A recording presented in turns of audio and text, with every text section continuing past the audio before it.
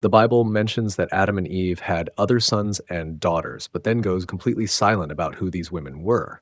This isn't an accident. Ancient texts that were excluded from the Bible reveal names such as Aclima, Jumela, and others whose stories involve forbidden love, sibling rivalry that led to murder, and marriages that would be considered taboo today. But here's the kicker. These women were the mothers of entire civilizations, and their stories explain mysteries about early humanity that mainstream religion has long overlooked throughout the years. But before we dive in, if you're new to this channel, consider hitting that like and subscribe button if you haven't already. Your support means we can continue producing these types of videos to help you learn something new or pass the time. Also, let us know where you're watching from and what time it is. We're building a global community here, so you can meet and connect with like-minded folks from around the world in the comment section down below. Now let's ease into today's story, shall we? Introduction and Forbidden Silences. In the beginning, there were names that never made it to the page, like stories that dissolved before scribes could catch them. The first family on Earth had daughters whose voices echo only in whispers, whose faces appear only in shadows cast by their famous brothers. Genesis tells us of Adam and Eve, of Cain and Abel, of Seth, who replaced the lost son. But between these well-known figures move other shapes, daughters who bore children, who loved and lost, who watched the world's first sunrise and felt its first heartbreak. They existed in flesh and blood, yet their names vanish like morning mist. Ancient texts speak in codes. When genealogies trace bloodlines through fathers and sons, they create deliberate silence around the women who made those lines possible. This silence carries weight. More than mere omission, it reveals the careful architecture of memory. Someone decided which stories deserved preservation and which would fade. The Hebrew word for children in early Genesis encompasses both sons and daughters, yet translators often rendered it as sons, creating a masculine echo where mixed voices once rang. This linguistic choice shaped centuries of understanding. Readers learned to see a world populated primarily by men, with women appearing only when absolutely necessary for the story's continuation.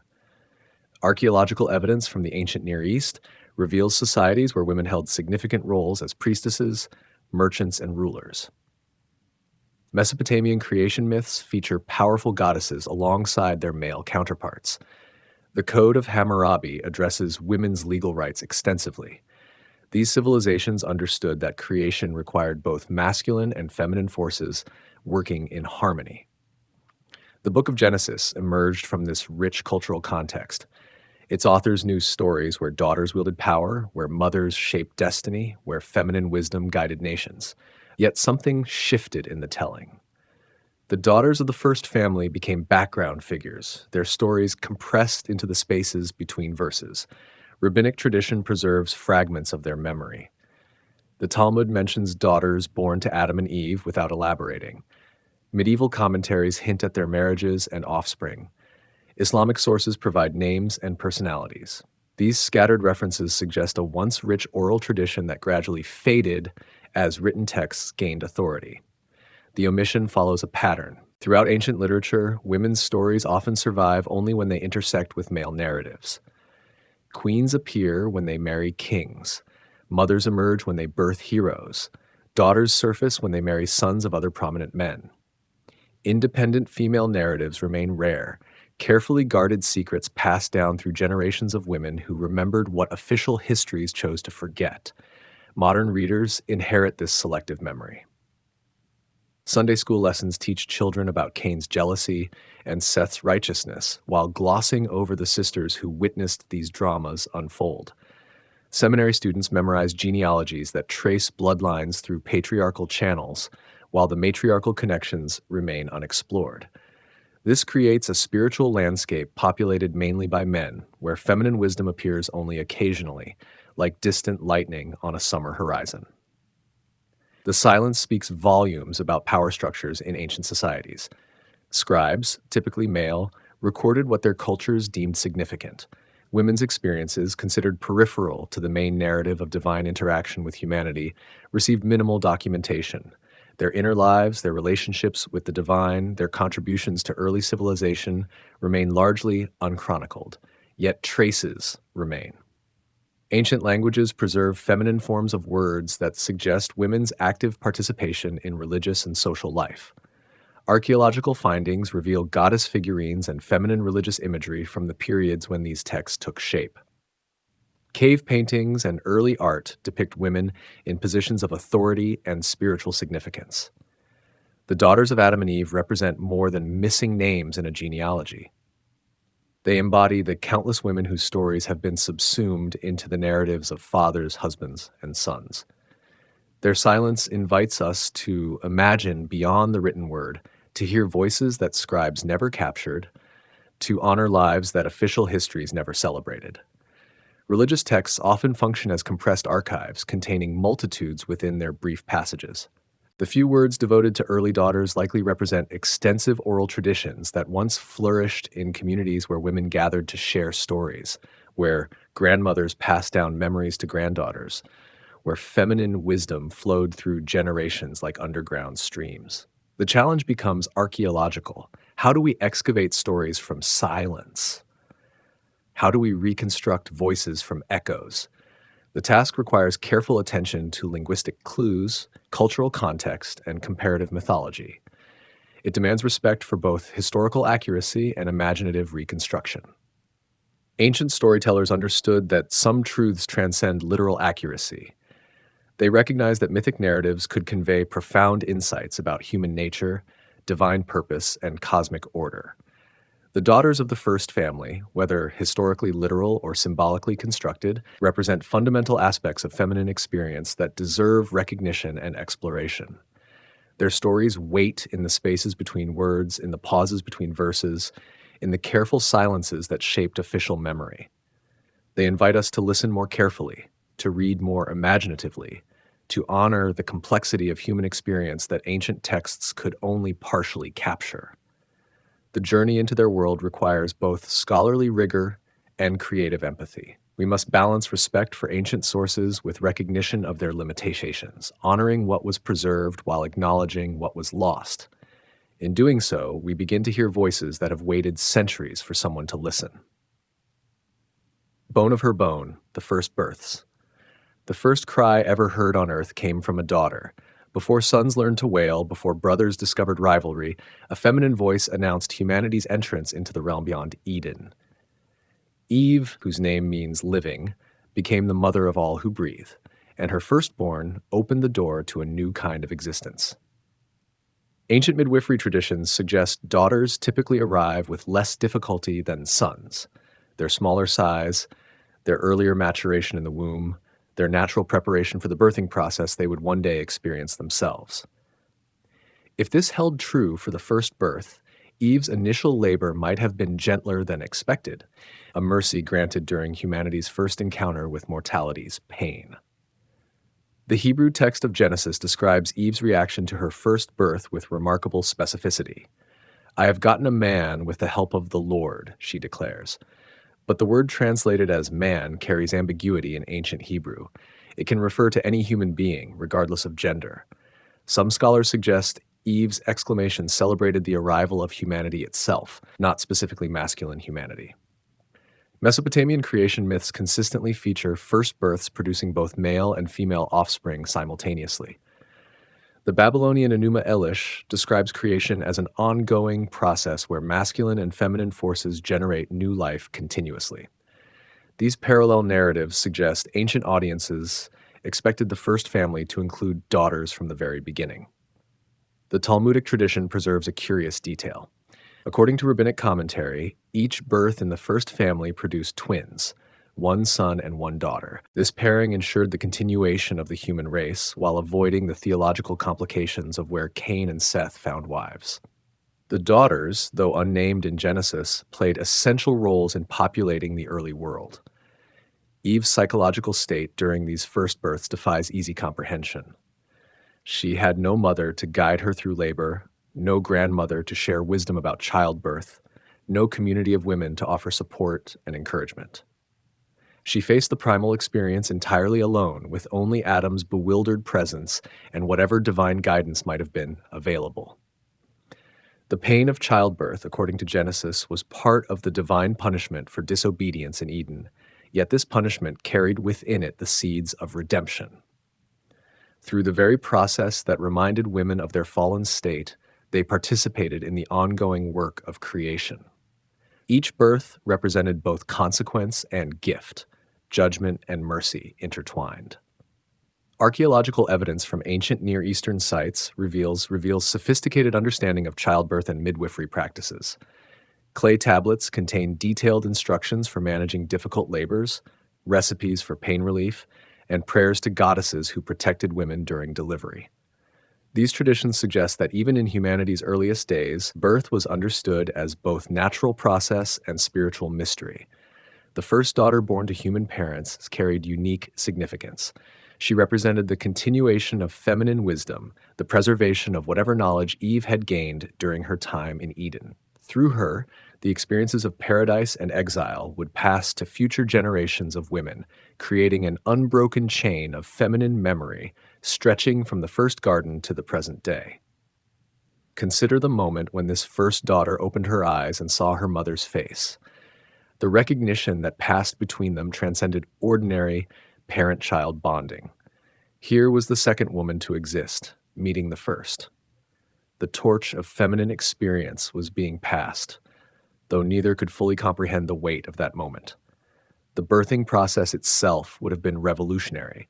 Adam and Eve had observed animals giving birth in Eden, but human birth carries different significance. The extended period of human pregnancy, the complexity of human consciousness developing in the womb, the profound helplessness of human infants, all these factors made human birth a unique event in creation. Apocryphal texts suggest the first daughters were born with preternaturally developed abilities. Some traditions claim they could walk within hours of birth, speak within days, and demonstrate wisdom beyond their apparent age. These supernatural qualities mark them as transitional beings, still carrying traces of the divine image while adapting to mortal existence. The naming of these first daughters presents intriguing possibilities. If Adam named the animals in Eden, demonstrating his authority over creation, who named the daughters? Did Eve claim this privilege for herself, asserting maternal authority over her female offspring? Or did the process become collaborative, with both parents participating in the sacred act of naming? Ancient naming practices often reflected hopes for the future or acknowledgement of present circumstances. The first daughter's name might have expressed Eve's joy at successful birth, her hope for humanity's continuation, or her recognition of the unique role this child would play in the world's unfolding story. The relationship between the first daughter and her mother would have been unlike any other in human history. Eve had no template for motherhood, no cultural expectations to fulfill, no established patterns to follow. She and her daughter had to create the mother-daughter relationship from scratch, establishing patterns that would influence all future generations. This first daughter also faced unique challenges. She had no older women to serve as role models, no established feminine culture to join, no traditional knowledge to inherit. Like her mother, she had to create womanhood from the ground up, inventing what it meant to be female in a world where the very concept was still taking shape. The symbolism runs deeper than individual experience. The first daughter represented the principle of feminine wisdom taking root in earthly existence. Through her, the abstract concept of womanhood became concrete reality. Her birth marked the moment when feminine experience began its journey through time, carrying forward insights that would prove essential for human survival and flourishing. The Book of Jubilees and the Sister Wives, hidden within ancient libraries, written in languages most believers never learned, rest texts that preserve what official scriptures chose to forget. The Book of Jubilees, sometimes called the Little Genesis, emerged from Jewish communities in the 2nd century before Christ. This text dared to name the nameless daughters, to give faces to the shadows, to honor women who had waited centuries for recognition.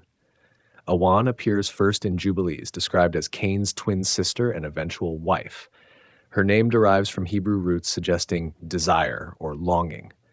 The text presents her not as a mere plot device to solve genealogical problems, but as a woman with her own personality, dreams, and struggles. She witnesses her brother's growing anger, tries to mediate between Cain and Abel, and ultimately bears the weight of marrying a man marked by divine curse. Azura follows, named as Seth's twin and destined bride. Her name means blessed or helped by God, suggesting her role in establishing the righteous lineage that would eventually produce Noah. Jubilees depicts her as gentle and wise, possessing an intuitive understanding of divine will that complements Seth's more straightforward righteousness. The text introduces additional daughters whose names echo through rabbinic literature like distant bells. Luluwa, whose name suggests pearl or precious thing. Klimat, meaning shame or disgrace, perhaps reflecting the complex emotions surrounding sibling marriage in later Jewish thought. Each name carries theological weight, suggesting ancient authors understood these women as more than genealogical necessities.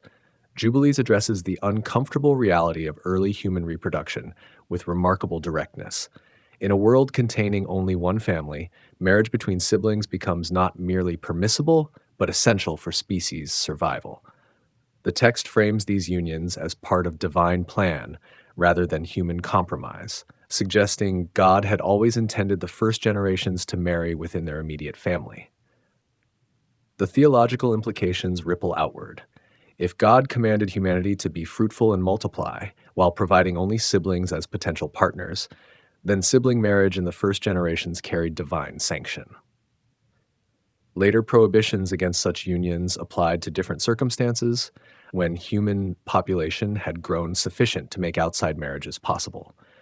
Ancient Jewish commentators struggled with this paradox. How could actions later forbidden by Mosaic law be necessary and blessed in earlier times? Jubilees resolves the tension by suggesting different eras operated under different divine dispensations. What was required for humanity's survival in one generation became prohibited once that survival was secure. The daughters described in Jubilees possess distinct personalities that emerge through brief but revealing details. Awan demonstrates loyalty to family despite personal cost. Azura shows wisdom beyond her years in choosing partners and raising children. Luluwa displays creativity in domestic arts and agricultural innovation. These characterizations suggest the author drew from rich oral traditions that preserved memories of early feminine leadership. The marriages themselves receive careful treatment in Jubilees. Rather than rushed necessities, they unfold as considered decisions involving both partners and parents.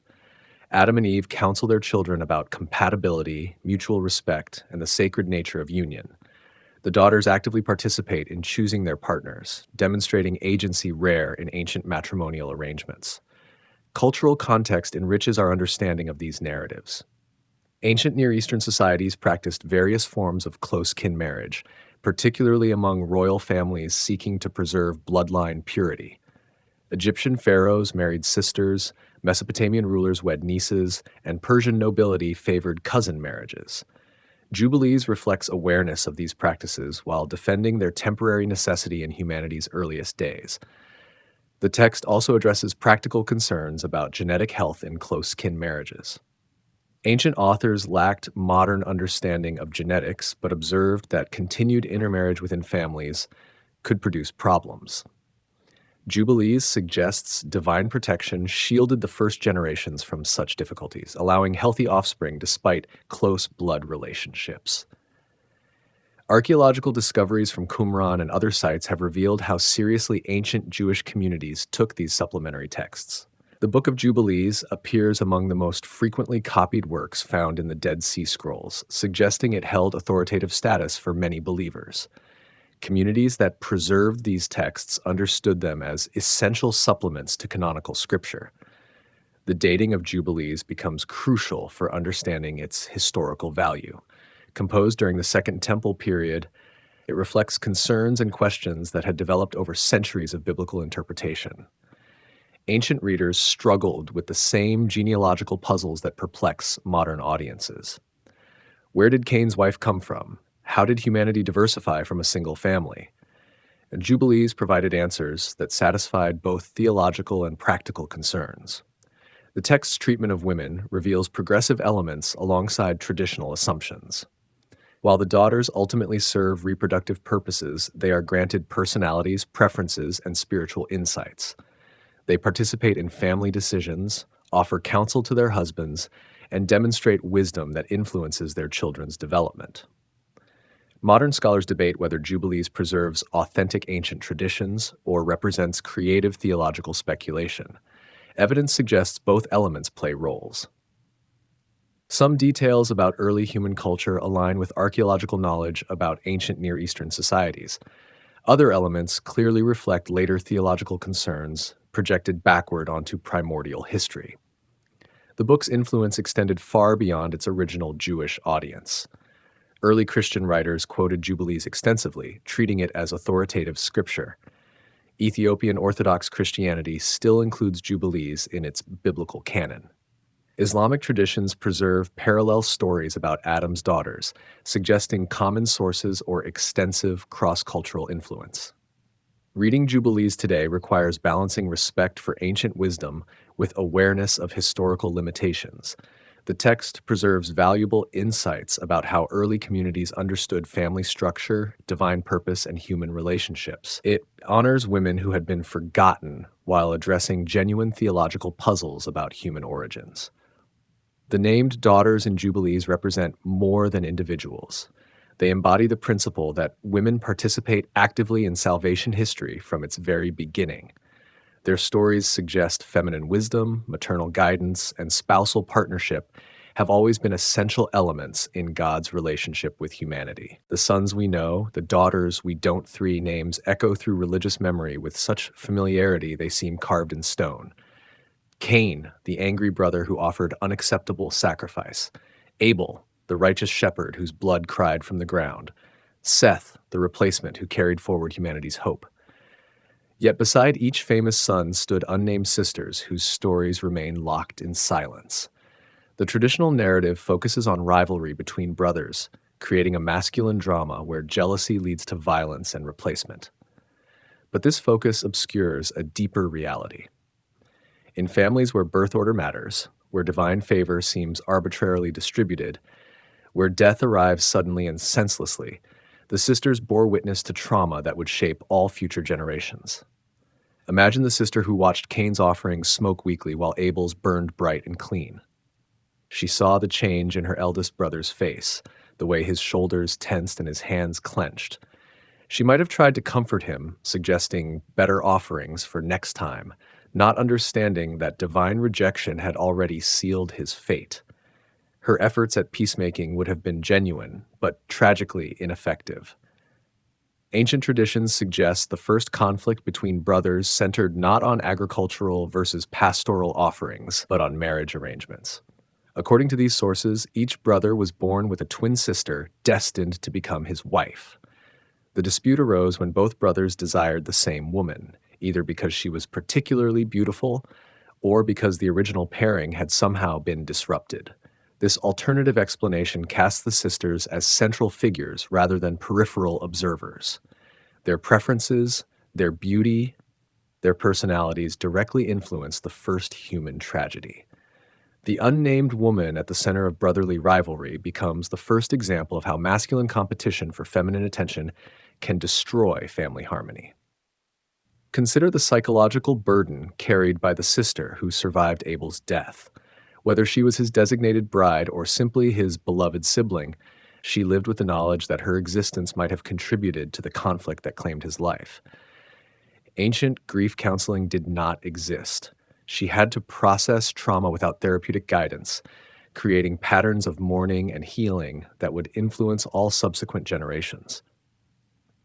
The sister connected to Seth faced different challenges. Born after tragedy had already struck the family, she grew up in the shadow of a brother who was explicitly chosen to replace the lost son. Her identity was shaped by absence, by the weight of family hope resting on her brother's shoulders, by the need to help restore joy to parents who had experienced unimaginable loss. Mesopotamian legal codes from this period provide insight into how ancient families handled inheritance and marriage arrangements when children died young or refused arranged partnerships. Property and marital agreements could be transferred between siblings, suggesting the sisters might have inherited not only land and livestock, but also the marriage contracts originally intended for their deceased or departed brothers. The daughters who remained after Cain's exile faced particular challenges. Their brother had been marked by God, sentenced to wander but protected from vengeance. Did they maintain contact with him? Did they know about the city he built? The descendants he fathered. Ancient texts hint that family connections persisted despite divine judgment, suggesting the sisters might have served as secret communication links between separated family members. The psychological profiles of these early daughters emerge from careful reading of genealogical patterns.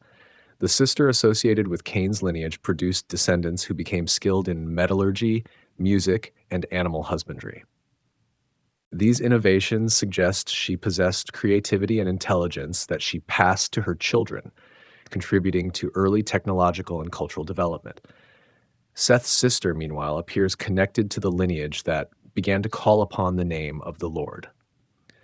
This spiritual awakening suggests her influence in establishing formal worship practices and creating rituals that helped her descendants maintain connection with the divine despite their exile from Eden. The silent presence of daughters in these narratives reflects broader patterns in ancient literature. Women often appear as catalysts for masculine action without receiving credit for their agency. They inspire conflicts, enable solutions, and influence outcomes while remaining unnamed in official accounts. Their power operates through relationships rather than direct action. Archaeological evidence from early agricultural societies reveals that women played crucial roles in developing farming techniques, food preservation methods, and livestock management practices. The skills attributed to early human civilization, weaving, pottery, brewing, herb cultivation, traditionally fell within feminine spheres of influence. The unnamed daughters likely contributed significantly to humanity's technological advancement. Religious traditions that developed around these stories preserve scattered details about the daughters' later lives. Some became mothers of significant lineages, others served as priestesses or wise women in their communities, and a few achieved legendary status as inventors or teachers. These fragmentary memories suggest their original importance extended far beyond their roles in brotherly conflicts. The pattern of naming sons while leaving daughters anonymous reflects ancient legal and social structures where masculine lineages carried property and status while feminine identity merged into husband or father's identity.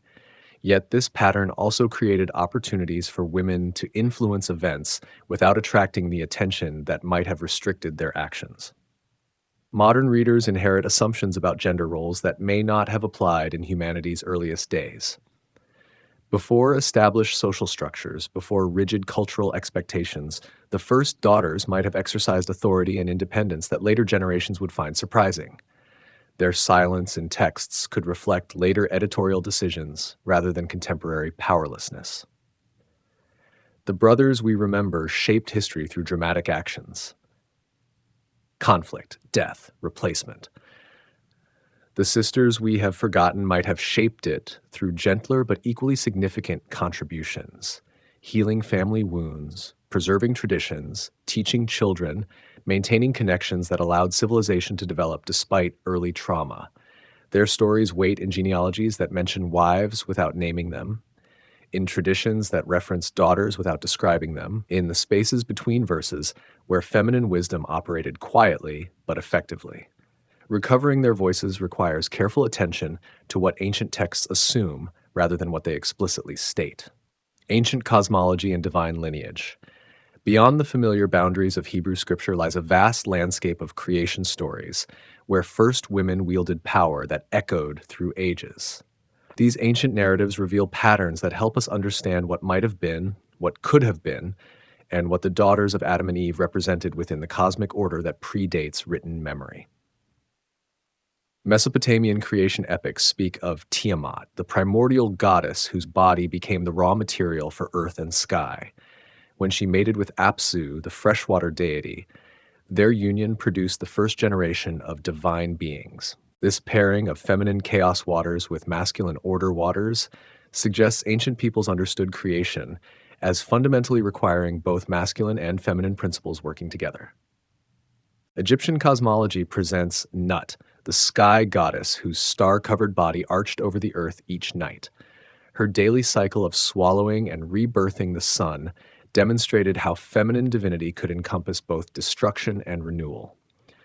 The daughters of the first family might have inherited echoes of this cosmic feminine power, carrying within themselves the ability to end old patterns and birth new possibilities. Greek creation myths describe Gaia, the Earth Mother, who emerged from primordial chaos and gave birth to the Titans, the first generation of divine beings who would later rule the cosmos. Her descendants included both masculine and feminine deities who governed natural forces, suggesting ancient audiences expected first-generation divine families to include powerful daughters alongside renowned sons. Hindu traditions preserve stories of Aditi, the mother of the gods, whose name means boundless or unlimited.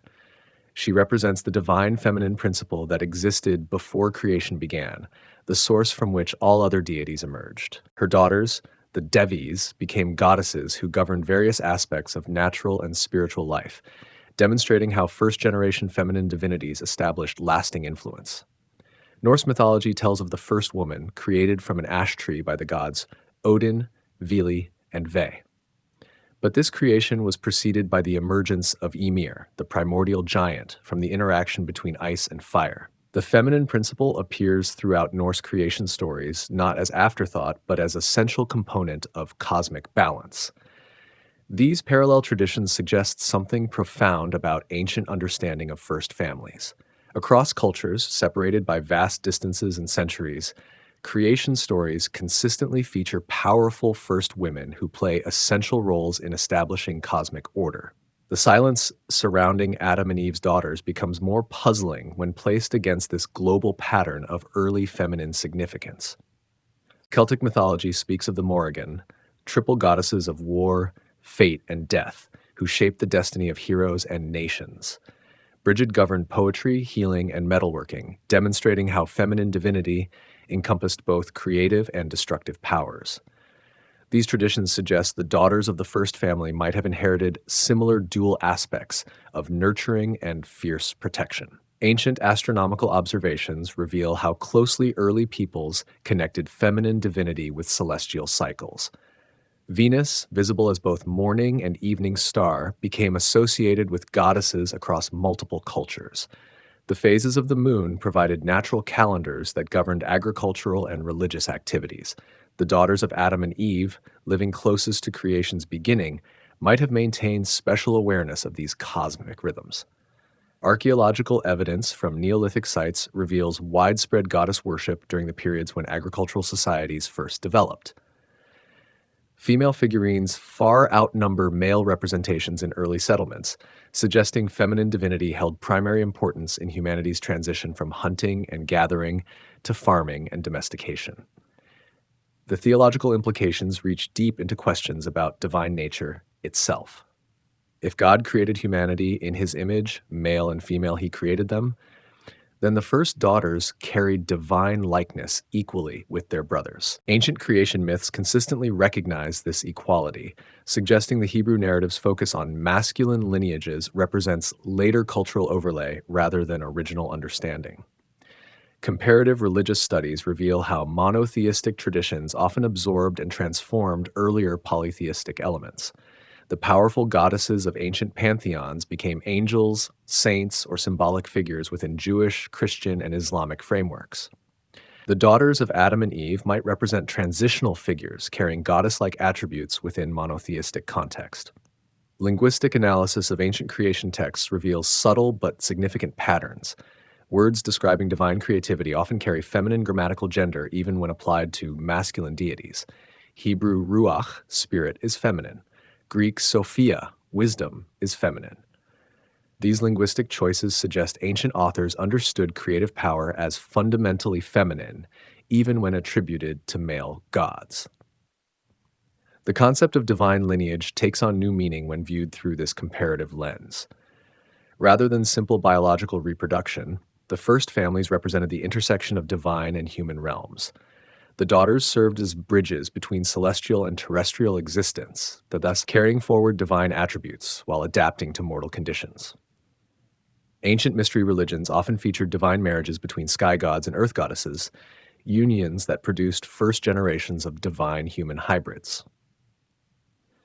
These traditions suggest the marriages between Adam's sons and daughters carried cosmic significance beyond mere biological necessity, representing the ongoing creative partnership between masculine and feminine divine principles. The scattered references to early daughters in apocryphal texts begin to make more sense within this broader context.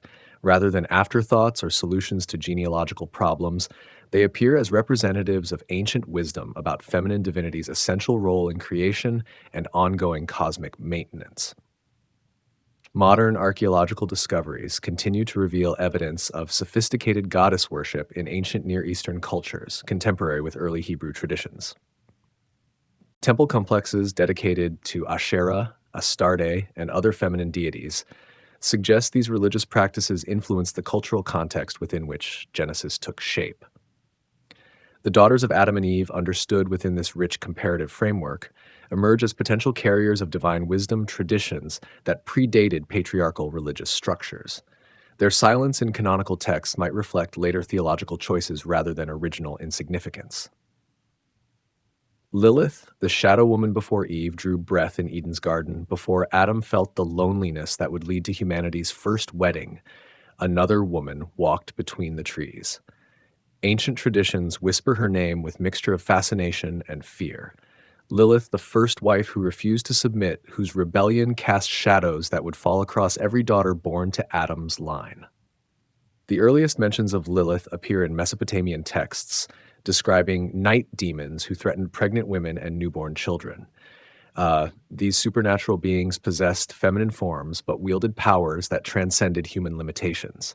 They could fly through darkness, seduce sleeping men, and steal children from their mother's arms. Yet beneath the demonic imagery lay hints of a deeper story about divine feminine power that had somehow gone wrong. Jewish traditions preserved in the alphabet of Ben Sira describe Lilith's creation from the same earth that produced Adam.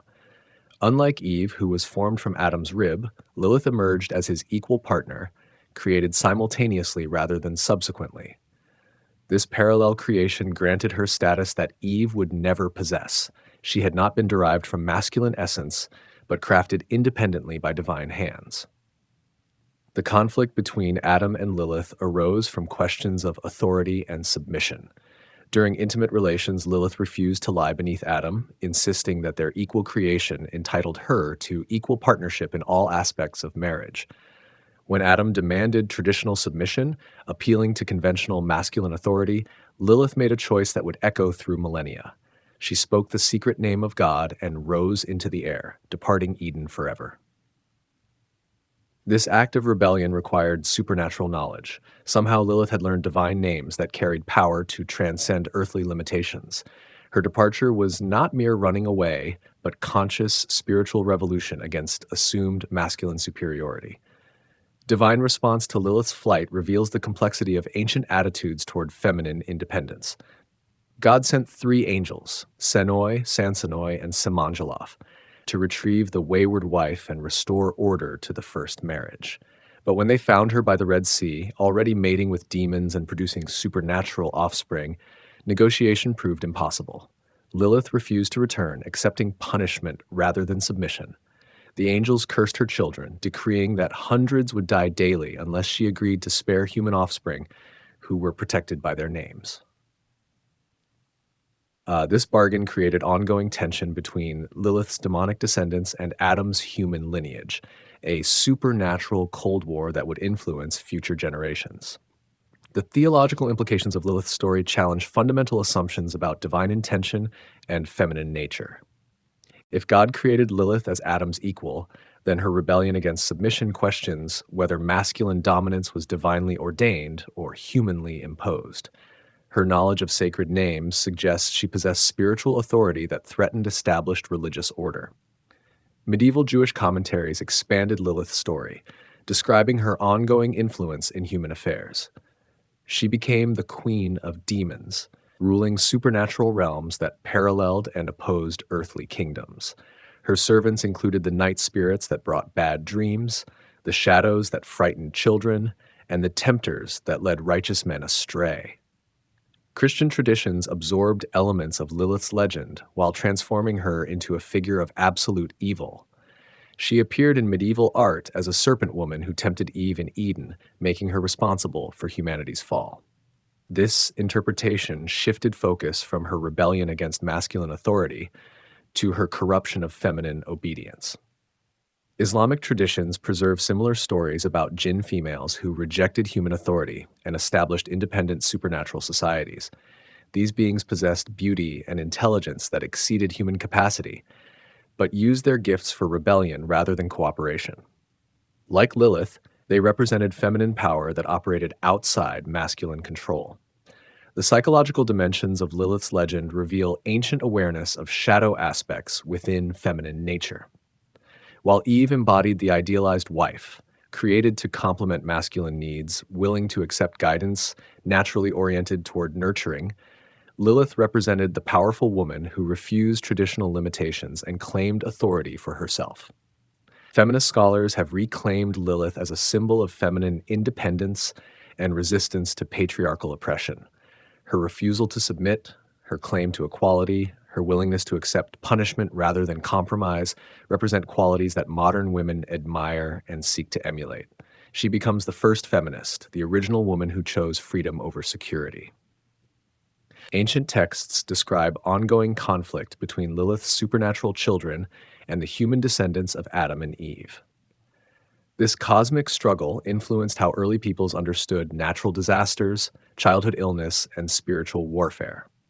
Lilith's legacy created a parallel feminine lineage that challenged and threatened the official genealogies traced through Eve's daughters. The relationship between Lilith and the unnamed daughters of Adam presents fascinating possibilities.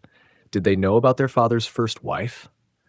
Did stories about her circulate within the family, passed down through generations of women who understood both her appeal and her danger? The daughters might have struggled with conflicting models of femininity, Eve's submission versus Lilith's rebellion. Archaeological evidence from ancient Near Eastern cultures reveals widespread worship of powerful feminine deities who possessed both creative and destructive capabilities. Goddesses like Inanna, Astarte, and Kali demonstrated how ancient peoples understood feminine divinity as encompassing the full spectrum of power, including aspects that later monotheistic traditions would classify as demonic. Lilith's story also addresses the question of where Cain found his wife after being exiled from his family. Some traditions suggest he married one of Lilith's daughters, creating a mixed lineage that combined human and demonic characteristics. This union would explain the technological advancement and cultural sophistication attributed to Cain's descendants, while accounting for their spiritual corruption.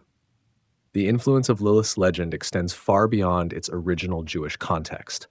Her name appears in grimoires and magical texts throughout medieval Europe.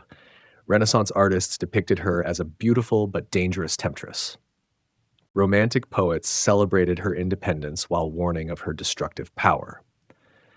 Modern psychology uses her name for conditions involving feminine aggression and sexuality. Understanding Lilith's relationship to the daughters of Adam and Eve requires recognizing her as their shadow sister, the feminine figure who embodied possibilities they could not pursue. While the named daughters in apocryphal texts accepted their roles as wives and mothers, Lilith represented the path not taken, the rebellious alternative that remained available but dangerous. Her continuing presence in human consciousness suggests something deeper than mere folklore. Lilith embodies aspects of feminine experience that official religious narratives could not accommodate: the desire for equality, the refusal to submit, the willingness to accept exile rather than compromise essential dignity. The silent matriarchs before dawn broke over the first household before roosters learned to crow or children discovered laughter. The daughters of Adam and Eve were already awake.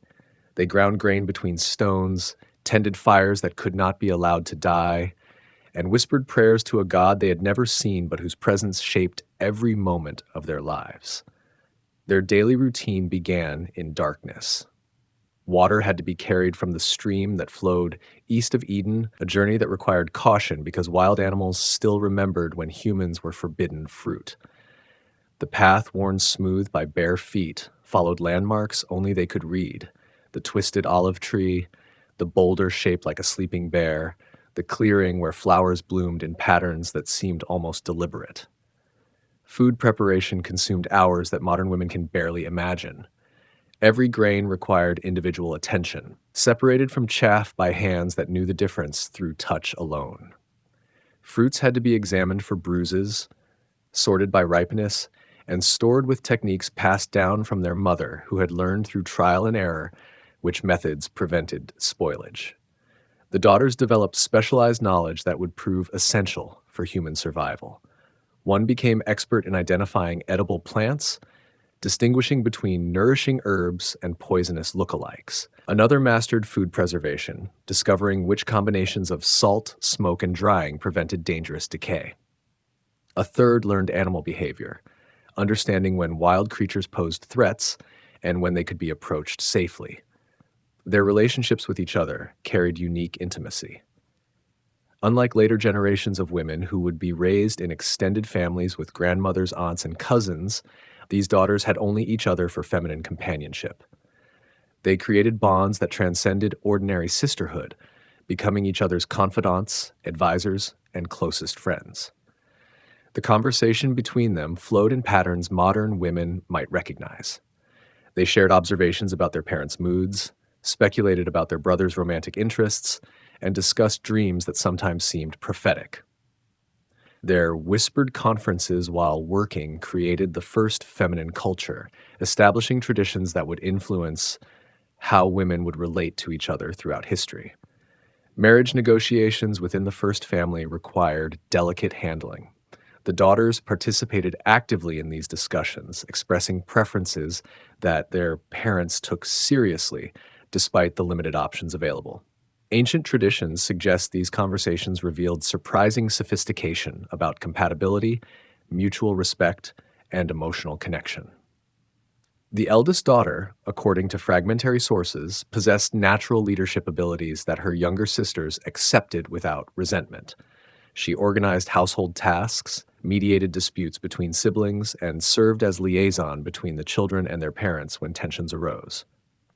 Her authority came not from birth order alone, but from demonstrated wisdom and fairness in handling family challenges.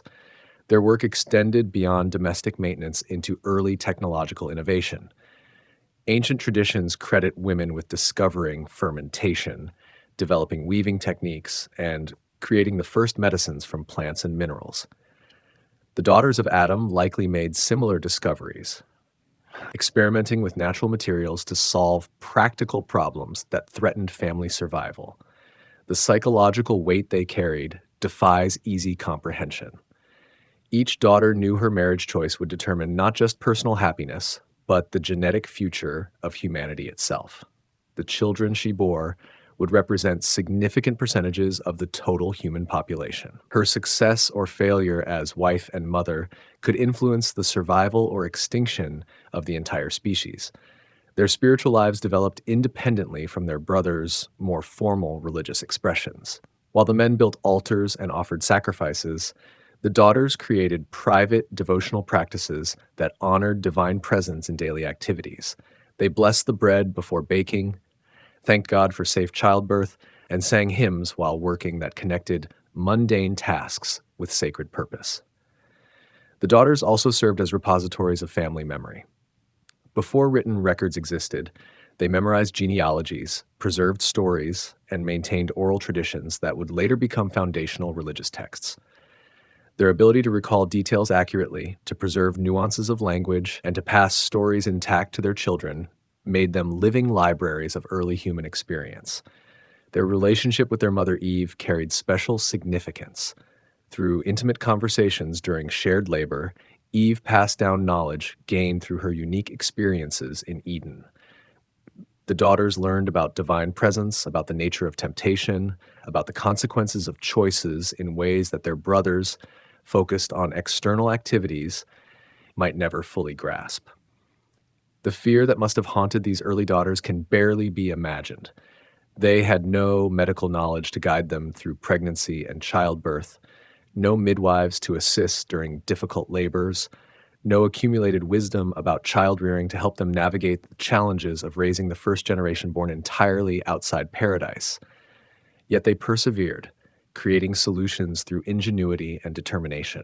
Archaeological evidence from early agricultural societies reveals sophisticated understanding of nutrition during pregnancy, techniques for managing difficult births, and methods for protecting infants from disease and injury. The first daughters likely developed similar knowledge through careful observation and experimentation. Their marriages to their brothers created unique emotional dynamics. These were not romantic relationships that developed gradually between strangers, but intimate partnerships between people who had shared childhood experiences, family secrets, and mutual dependence for survival. The transition from sibling to spouse required psychological adjustments that no previous generation had ever attempted. The daughters learned to balance competing loyalties to parents who had raised them, to husbands who were also brothers, to children who carried the entire future of humanity within their developing personalities. Ancient texts hint at the emotional complexity of these relationships through brief references to family disputes, reconciliations, and the ongoing challenges of maintaining harmony within the first extended family. Their influence on their children's spiritual development appears throughout early religious traditions. The practice of mothers teaching children prayers, the tradition of women maintaining household shrines, the custom of feminine blessing over food and family activities, these patterns likely originated with the daughters of Adam, who created the first models of domestic spirituality. Daughters of Adam in Islamic tradition. The Quranic tradition preserves memories of Adam's daughters with gentleness that contrasts sharply with the stark silence found in other scriptures. Islamic sources describe these early women not as unnamed shadows, but as individuals whose personalities shape the very foundation of human civilization. Their stories flow through hadith literature like hidden streams, carrying wisdom that official histories often overlooked. According to Islamic scholars, Adam and Hawa, Eve, were blessed with 40 children, 20 pairs of twins, each set containing one son and one daughter. This abundant fertility reflected divine mercy, ensuring humanity's survival while providing sufficient genetic diversity to avoid the problems associated with close intermarriage. The careful pairing demonstrated God's foresight in planning for human continuation. The eldest daughter, known in Islamic tradition as Aklima, possessed beauty that became legendary among early Islamic commentators. Her radiant appearance reflected the divine image more clearly than later generations would carry, making her seem almost angelic to those who encountered her. This extraordinary beauty, however, became both blessing and burden, as it attracted attention that would complicate family dynamics. Cain's twin sister, identified as Iklamat or Lulua depending on the source, demonstrated gentle wisdom that complemented her brother's agricultural skills. Islamic tradition describes her attempting to counsel Cain when jealousy began consuming him, offering insights about divine justice and the importance of accepting God's will. Her efforts at peacemaking, though ultimately unsuccessful, established patterns of feminine mediation that would influence subsequent generations. The daughter paired with Abel, sometimes called Iklimia, shared her brother's spiritual sensitivity and devotion to worship. Islamic sources describe her as particularly gifted in understanding divine signs in natural phenomena, the meaning behind unusual cloud formations, the significance of animal behavior, the spiritual implications of seasonal changes. This intuitive wisdom made her a valued counselor within the family. Seth's designated partner, known as a Zura in some Islamic texts, possessed maternal instincts that extended beyond her own children to encompass the entire human family. She served as surrogate mother to orphaned children, healer to the sick, and counselor to those struggling with spiritual questions. Her nurturing nature helped establish the tradition of feminine care that would become central to Islamic family structure. Islamic tradition addresses the theological challenges of sibling marriage with sophisticated reasoning. During the first generations, when human population remained small and genetic diversity limited, God permitted marriages that would later be forbidden. These unions carried divine blessing because they served necessary purposes, human survival, and the establishment of righteous lineages that would eventually produce prophets and righteous communities. The Hadith literature preserves detailed descriptions of wedding ceremonies between Adam's children. These celebrations lasted several days, featuring prayers, feasting, and rituals that honored both the couples and the divine plan they were fulfilling. The daughters received elaborate preparations that acknowledged their crucial roles in establishing human families and communities. Ancient Islamic commentators describe how the daughters influenced their husbands' spiritual development. Through gentle guidance and wise counsel, they helped their brothers maintain connection with divine teachings despite the challenges of life outside paradise. Their influence operated through love and respect rather than direct authority, creating models of partnership that would influence Islamic marriage ideals for centuries. The daughters also played crucial roles in preserving religious knowledge. Islamic tradition emphasizes the importance of mothers in transmitting faith to children, suggesting this pattern began with Adam's daughters, who served as the first religious educators.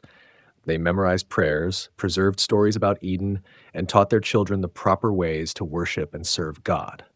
Some Islamic sources describe special revelations given directly to the daughters, divine communications that provided guidance for their unique roles as humanity's first mothers and wives.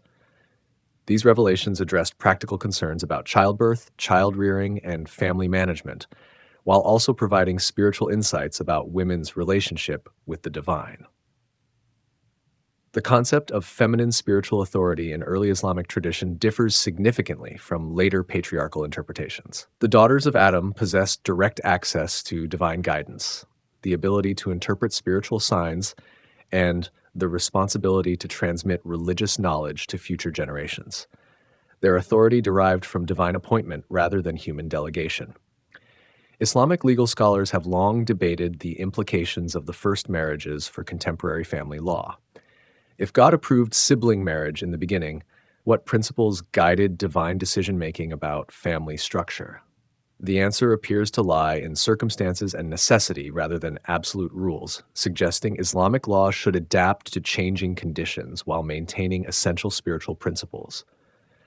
The daughter's influence on early human culture receives extensive treatment in Islamic historical works.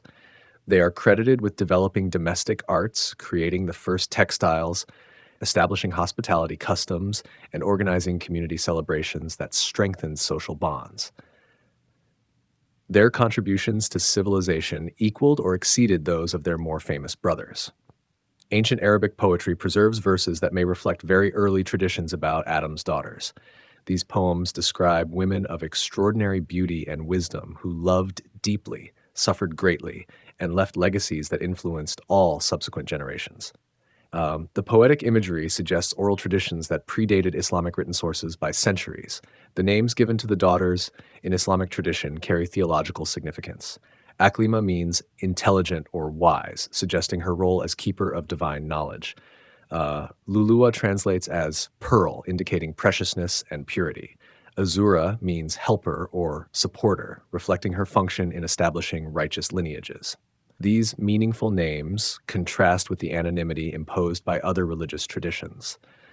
Modern Islamic scholars have begun reassessing these traditions in light of contemporary questions about gender equality and feminine spiritual authority. The daughters of Adam provide precedents for active feminine participation in religious life, suggesting women's spiritual leadership has divine approval when circumstances require it. The influence of these early traditions extends into contemporary Islamic culture through customs that honor feminine wisdom, celebrate mothers' roles in religious education, and recognize women's essential contributions to family and community life. The daughters of Adam established patterns that continue to shape how Muslim families understand gender roles and spiritual authority. Their stories also provide comfort to Muslim women facing challenges in patriarchal societies. The example of early daughters who possessed direct divine guidance, who influenced their husbands' decisions, and who shaped the spiritual development of entire lineages offers hope that feminine wisdom can find expression even within traditional family structures. Enochian lore and the Watchers high above the fertile valleys where Adam's descendants tended flocks and tilled soil, divine beings observed humanity with growing fascination. The Book of Enoch describes these watchers as angels assigned to monitor human development, to ensure divine laws were followed, and to report back to heaven about the progress of creation's newest experiment. But watching led to wanting, and wanting led to actions that would forever change both heavenly and earthly realms. The Watchers numbered 200 according to Enochian tradition, and their leader Semyaza bound them together with oaths that none could break. They had observed human women from their celestial vantage point, noting their beauty, their grace, their mysterious ability to create new life within their bodies. The appeal proved irresistible. Against all divine commandment, the Watchers descended to take wives from among the daughters of men. These daughters of men hold special significance in the cosmic drama that followed. Ancient sources suggest they were not random women chosen by lustful angels, but specific individuals whose bloodlines traced back to Adam and Eve. The daughters of the first family, now scattered across the growing human population, carried within their genetics the pure image of God that their original parents had possessed in Eden. The Book of Enoch provides names for some of the fallen angels and describes their particular areas of expertise. Azazel taught men warfare and weapon making. Kokabel revealed astronomy and constellation patterns. Shazakiel shared knowledge of cloud formations and weather prediction. But the text suggests these angels also taught their human wives secrets of heaven that were meant to remain hidden from mortal understanding. The wives of the Watchers gained knowledge that transformed them from ordinary women into semi-divine beings. They learned to read the movements of stars, to predict the future through divine signs, to heal diseases using celestial medicine. This supernatural education elevated them above their purely human sisters, while creating tension with communities that viewed such knowledge as dangerous or blasphemous. Archaeological evidence from ancient Mesopotamian sites reveals sophisticated astronomical knowledge that seems to exceed what early agricultural societies should have possessed. Star charts, eclipse predictions, and calendar systems demonstrate mathematical precision that suggests outside guidance. The wives of the Watchers might have been the original source of this advanced learning. The children born from these unions carried genetic inheritance that exceeded normal human limitations. Enochian tradition describes giants whose height reached extraordinary proportions, whose strength surpassed natural boundaries, whose appetites could not be satisfied by ordinary means. These Nephilim, as they came to be known, represented the first generation of divine human hybrids. But the focus on gigantic offspring obscures equally significant female descendants. The daughters born to Watcher fathers and human mothers inherited supernatural abilities that manifested differently than their brothers' physical enormity. They possessed prophetic sight, supernatural beauty, extended lifespans, and wisdom that seemed to come from divine sources rather than human learning. Ancient texts hint that these hybrid daughters became the founders of mystery religions, the original oracles who spoke prophecies at sacred sites, the wise women who served as healers and counselors in early communities. Their semi-divine nature allowed them to serve as intermediaries between human and celestial realms, translating divine messages into forms that ordinary people could understand. The relationship between pure human daughters descended from Adam and the hybrid daughters born to Watchers created complex social dynamics. Intermarriage between these groups produced children who carried various combinations of divine, angelic, and human characteristics. The genetic mixing that resulted from these unions shaped human evolution in ways that purely natural selection could not have achieved. Islamic traditions preserve parallel stories about jinn who descended from invisible realms to marry human women. These unions produced children who possessed supernatural abilities but remained bound to earthly existence. Like the Enochian narrative, Islamic sources suggest these mixed marriages occurred during humanity's early generations when the boundaries between different orders of creation remained more fluid.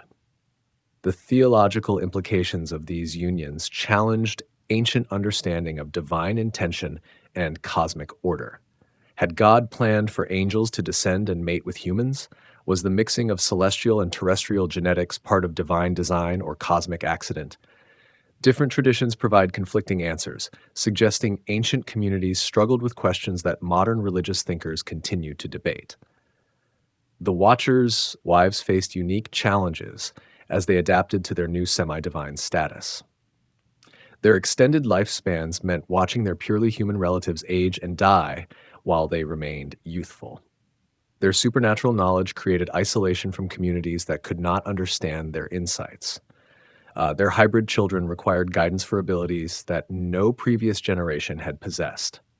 Enochian literature describes elaborate cities built by the Nephilim under their father's guidance, featuring architecture and engineering that exceeded normal human capabilities.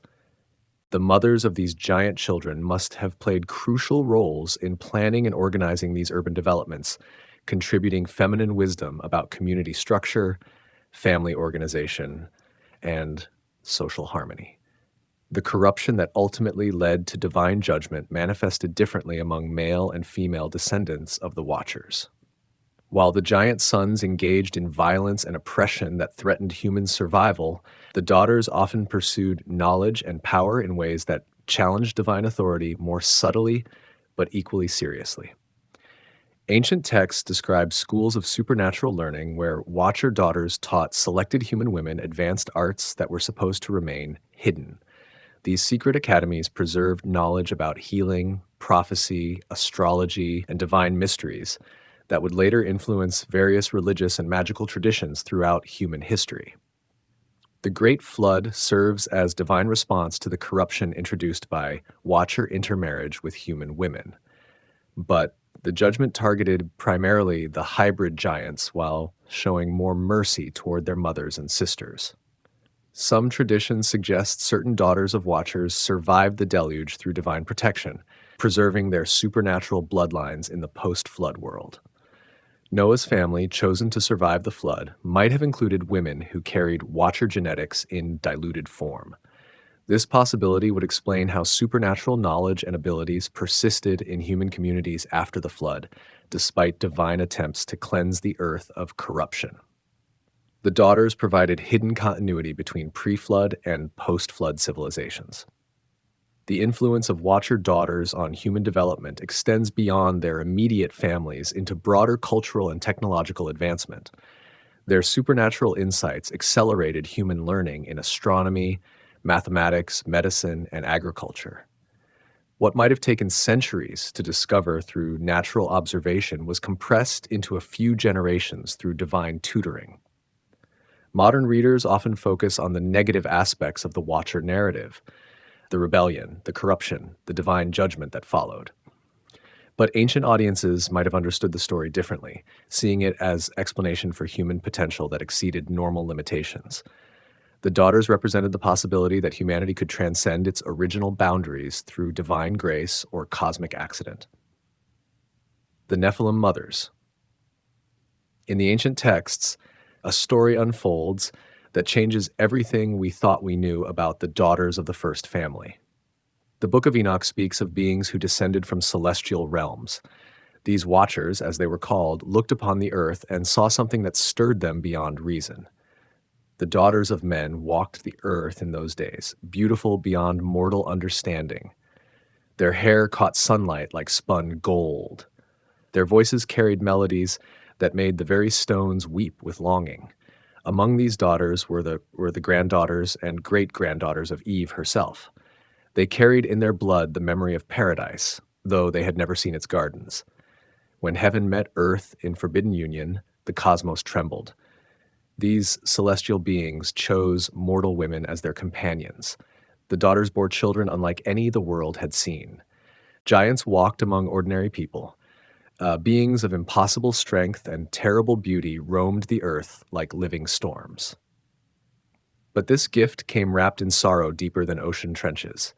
The mothers who carried these divine children suffered in ways that defied comprehension.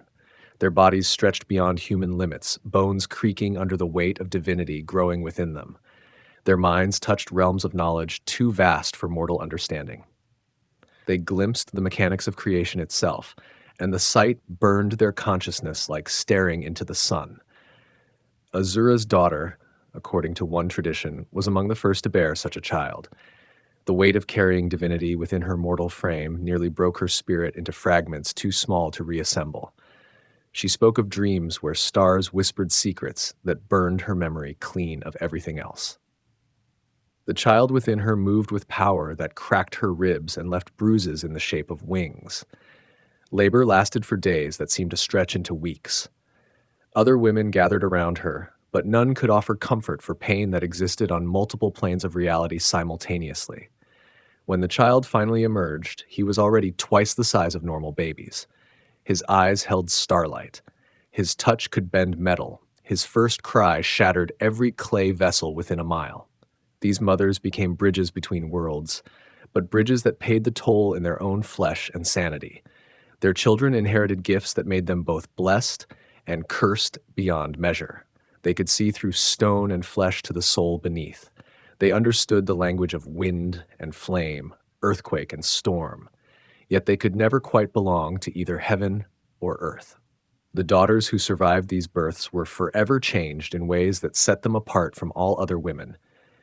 They aged differently than their sisters, sometimes appearing decades younger than their years, other times bearing the weight of centuries in faces still young. Their eyes held depths that frightened even their own families. Some gained the ability to see the future unfolding like scrolls across their inner vision. Others could heal wounds with a touch that left them drained for days afterward. Ancient texts suggest these mother-daughters formed their own secret communities in remote places where ordinary people feared to travel. They shared knowledge that had been whispered to them by their celestial partners during long nights of impossible intimacy. Arts of healing and prophecy passed between them like sacred flames that could not be extinguished by ordinary means. They became the first wise women, though their wisdom came at a price that would echo through generations uncounted. Their children grew tall and strong, but often died young, their mortal frames unable to contain divine essence indefinitely. The mothers learned to love deeply while preparing constantly for loss. Their stories were considered too dangerous to preserve in full detail. Scribes who dared to write them down often found their scrolls mysteriously damaged by morning light. Rain would wash away certain passages while leaving others untouched. Fire would consume only specific verses that contained the most powerful secrets, as if the universe itself conspired to keep these tales from spreading beyond those meant to hear them. Yet fragments remain, hidden in the margins of ancient manuscripts like pressed flowers between pages of forgotten books, preserved in the oral traditions of remote mountain villages where old ways die slowly. These pieces speak of mothers who paid the ultimate price for bringing divinity into the world of flesh and bone, blood and tears. The Great Flood and Forgotten Bloodlines. Water rose to cover the highest mountains, swallowing cities and forests alike in its relentless advance. The Great Reset had begun, washing away the accumulated sins and corruptions of a world gone astray. But beneath the chaos of that divine cleansing, questions lingered like drowning whispers. Which bloodlines would survive? Which memories would be washed away forever? The daughters of Adam's line faced a choice that would determine the future of humanity itself. Noah's Ark carried only 8 souls, according to the familiar telling that children learn in temple schools. Yet, deeper traditions suggest a more complex truth that scholars have pieced together from fragmentary sources. The wives aboard that vessel carried within them the genetic memories of the first family, concentrating millennia of feminine wisdom into just 3 women. Noah's wife, unnamed in most accounts but called Nama in certain traditions, traced her lineage back through the daughters who had been forgotten by history's official keepers. The bloodline of Azura flowed in her veins like an underground river. The wisdom of Awan lived in her dreams, surfacing in moments of crisis when ancient knowledge was needed most. She brought more than just her own life onto that floating sanctuary. She carried the distilled essence of countless generations. The floodwaters sought to erase the contamination that had spread across the earth like a spiritual plague. The Nephilim had multiplied beyond counting, their giant forms corrupting the natural order that kept heaven and earth in proper balance. But the daughters who had borne them were not evil in themselves. They were vessels who had carried burdens too heavy for mortal frames, sacrificing their own peace for the continuation of divine bloodlines. Some traditions whisper that certain daughters escaped the flood through other means, using knowledge their celestial partners had shared during stolen moments of intimacy. They retreated into hidden caves deep within mountains that rose above the waterline, like islands of stone in an endless sea. These women preserved arts and knowledge that would otherwise have been lost forever beneath the waves. The caves they sheltered in became time capsules, sealed chambers, where the antediluvian world continued to exist in miniature. Here, the daughters maintained the sacred fires that connected earth to heaven. They tended gardens that grew by artificial light, preserving seeds from the original creation. They raised children who would never see the sun until the waters receded. The rainbow that appeared after the waters receded carried more than divine promise of future mercy. It bore the spectral echoes of bloodlines that had somehow survived the great washing, refracted through prismatic light like hope made visible. The daughter's essence lived on in diluted but persistent forms, scattered across the spectrum of human possibility. Ham's wife, Shem's wife, Japheth's wife, these women whose names were swallowed by time carried forward the feminine wisdom of the antediluvian world like torches in the darkness. They remembered songs that could calm wild beasts and soothe storms. They knew which herbs could heal wounds that should have been fatal, which stones could purify water, which stars predicted changes in weather and season. The post-flood world pretended to be clean and new, washed pure of all previous corruption. But the daughters' influence seeped through like underground springs that surface in unexpected places. Their gifts appeared in the hands and minds of women who had no conscious memory of ancient teachings. A weaver would create patterns of impossible complexity without understanding why her fingers moved in those particular sequences. A mother would sing lullabies that seemed to come from nowhere, yet carried the echoes of Eden in their melodies. The genetic inheritance of the first daughters proved too strong to be completely erased by flood or time. It surfaced in the prophetesses who would later speak for divine voices: Miriam, Deborah, Huldah. It manifested in the wise women who served as counselors to kings and judges, offering advice that seemed to come from sources deeper than personal experience. The flood had been meant to create a clean slate for humanity's second chance. Instead, it became a filter that concentrated the most essential aspects of the daughter's legacy while washing away the peripheral details. What survived was not their physical forms or even their names, but something far more enduring: the indestructible essence of feminine wisdom and strength that no amount of water could dilute. Proto-history and mythical women across cultures. Across the world, in lands where the name of Adam was never spoken and the Hebrew tongue never echoed, similar stories emerged from the collective unconscious of humanity. The first mothers, the unnamed daughters, the women who bore the weight of beginning civilization while their names dissolved into whispered legend and forgotten song. In the Hindu traditions that stretch back into mists older than recorded time, Aditi gave birth to the gods themselves.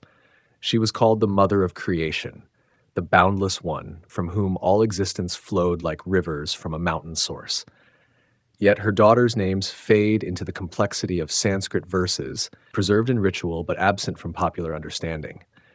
The parallel echoes like a distant bell across centuries. Always the mother remembered for her essential role, the daughters forgotten despite their continuing influence. The Norse spoke of Ask and Embla, the first man and woman carved from ash and elm by gods who walked among mortals in those ancient days. But what of their daughters, who must have followed? Voluspa hints at unnamed women who wove the fates of gods and men, spinning destiny on looms that existed beyond physical reality. These daughters carried the same burden as Eve's children: to birth a world while remaining invisible to its chroniclers and historians. Mayan creation stories tell of the hero twins and their adventures in the underworld, their victories over death itself. But the texts also whisper of their sisters, women who held the calendar of time in their minds like living libraries. They understood the cycles that governed rain and harvest, birth and death, the rise and fall of civilizations. Their knowledge shaped the Great Pyramids and the accurate predictions of eclipses, yet their contributions were attributed to male priests and astronomers. In each culture, the pattern repeats with unsettling consistency that suggests deeper truths about human nature and social organization. The first father receives honor and remembrance, his name spoken in prayers and carved in stone monuments. The first mother gains recognition for her role in beginning humanity, though often her power is carefully circumscribed and controlled. But the daughters who continued that beginning drift into nameless obscurity, their contributions absorbed into the achievements of their brothers and sons. This erasure was not accidental or the result of random historical processes. It reflected a universal anxiety about feminine power in its rawest, most uncontrolled form. The daughters of creation carried abilities that predated the rules men would later construct to contain and channel them. They were too close to the source, too connected to the original divine spark that animated all existence. Egyptian records speak of Isis and her magical knowledge, her ability to resurrect the dead and command the forces of nature. But they also mention unnamed sisters who shared her powers in varying degrees. These women could heal with a touch, speak with the dead, and see across vast distances. Their abilities threatened the emerging order that placed divine authority exclusively in masculine hands. The Celtic traditions preserved more than most other cultures, perhaps because their geographical isolation protected them from outside influence for longer periods. The daughters of Danu were remembered by name: Brigid, Morrigan, Macha, and others. Yet even here, the familiar pattern eventually asserted itself. As Christianity spread across Ireland like morning mist, these daughter goddesses became either saints stripped of their original power or demons to be feared and avoided. Aboriginal Australian Dreamtime stories speak of the rainbow serpent and the first ancestors who shaped the land through their journeys. The daughters in these tales maintained their power longer than in most other traditions, becoming the keepers of sacred sites and the teachers of survival wisdom that could mean the difference between life and death in harsh environments. Geography and isolation protected their stories when written religion could not reach them with its standardizing influence. The universality of this pattern suggests something profound about human consciousness and social development.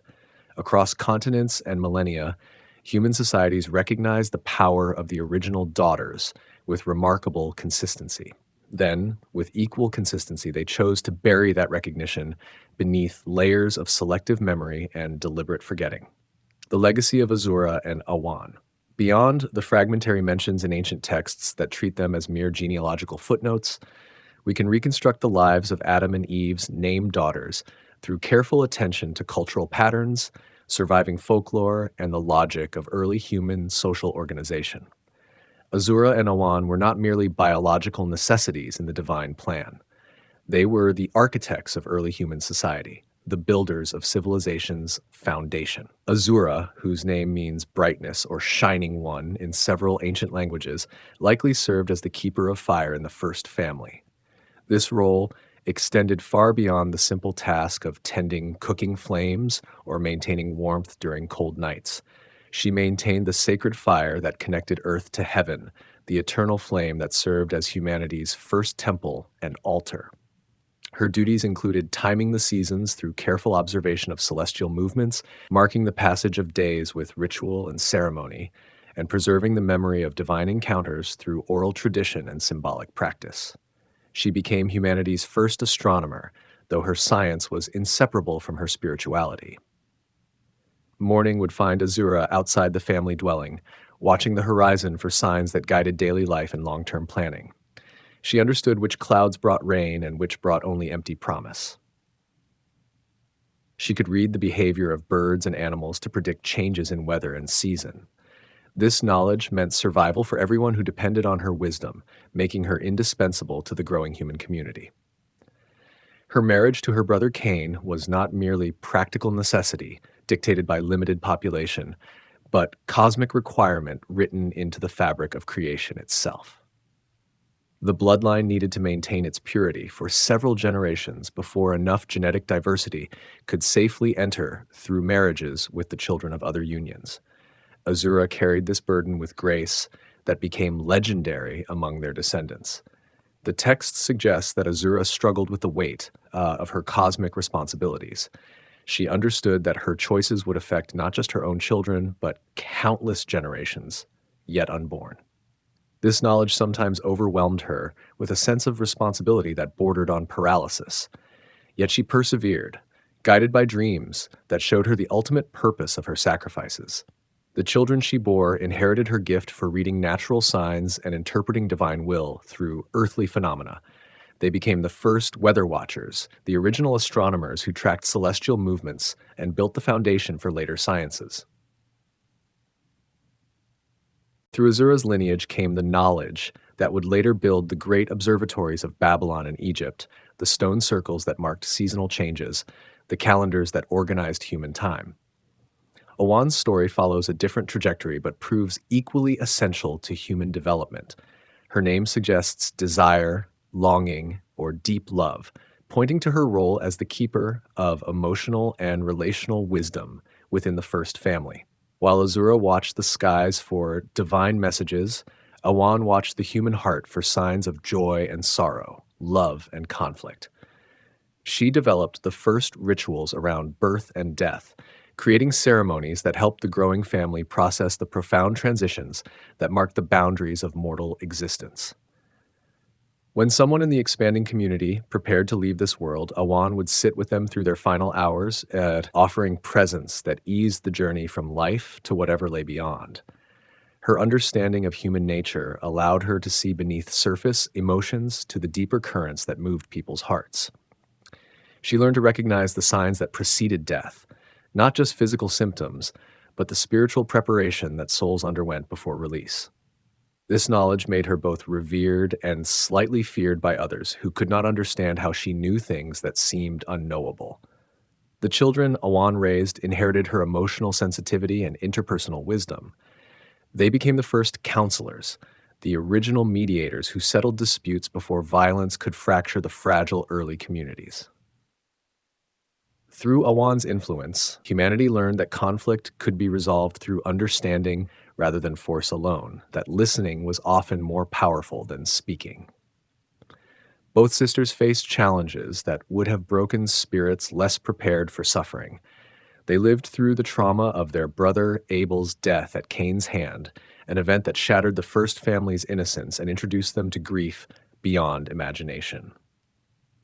They helped their parents process guilt and sorrow that had no precedent in human experience.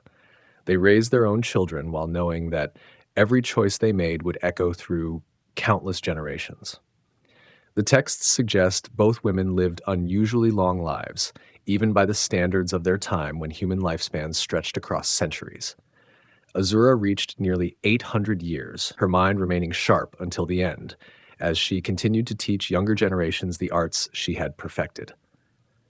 Awan lived to see her great-great-grandchildren establish the first permanent settlements, watching humanity's transition from nomadic wandering to agricultural stability. Their deaths marked the end of an era in human consciousness. With them died the last direct connection to the original divine plan for humanity, the final link to the mind that had conceived creation itself. Their children and grandchildren would carry forward fragments of their wisdom like scattered seeds, but the complete understanding these sisters possessed would never be replicated in any single individual. The mourning that followed their deaths lasted for years. Entire communities gathered to share memories and preserve their teachings. Songs were composed that attempted to capture their essence. Stories were refined and polished until they achieved the status of sacred literature. Yet even these efforts could not fully contain the magnitude of what had been lost when these remarkable women returned to dust. Daughters of sin, daughters of salvation. The ancient minds struggled to categorize the daughters of the first family with the neat precision that would later characterize theological systems. Were they blessed or cursed, pure or corrupted? Innocent victims of circumstances beyond their control, or willing participants in humanity's continuing fall from grace? This confusion gave birth to a binary that would shape religious thought for millennia: the division of all women into two essential types that reduced infinite complexity to manageable categories. On one side stood the daughters of sin, women who supposedly carried Eve's original transgression in their very bones, like a genetic curse that could never be cleansed. Every breath they drew reminded the world of humanity's fall from grace. Their beauty was dangerous because it recalled the serpent's seductive power, the allure that had led to Paradise Lost. Their intelligence was suspect because it echoed their mother's fatal curiosity. The texts describe these daughters as having inherited their mother's questioning nature in ways that made their fathers deeply uncomfortable. They asked why the rules existed as they did.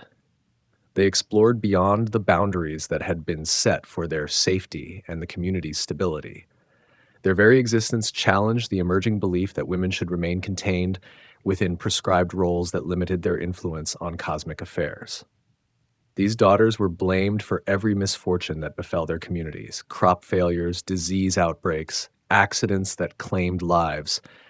All were attributed to their corrupting presence. They lived under constant suspicion, watched for signs of the rebellious spirit that supposedly ran in their bloodlines like poison in a well.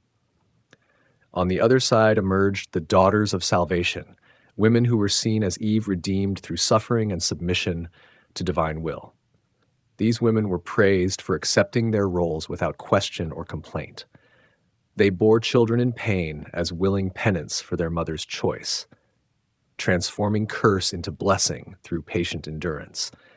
They served as vessels for continuing the divine plan while denying their own desires and ambitions. But this binary was always an artificial construct imposed by minds that found complexity uncomfortable and preferred simple categories to nuanced understanding. The real daughters of Adam and Eve were far more complex than either category could contain or accurately describe. They carried both rebellion and devotion in the same hearts. They possessed both dangerous knowledge and healing wisdom, sometimes expressed in the same actions.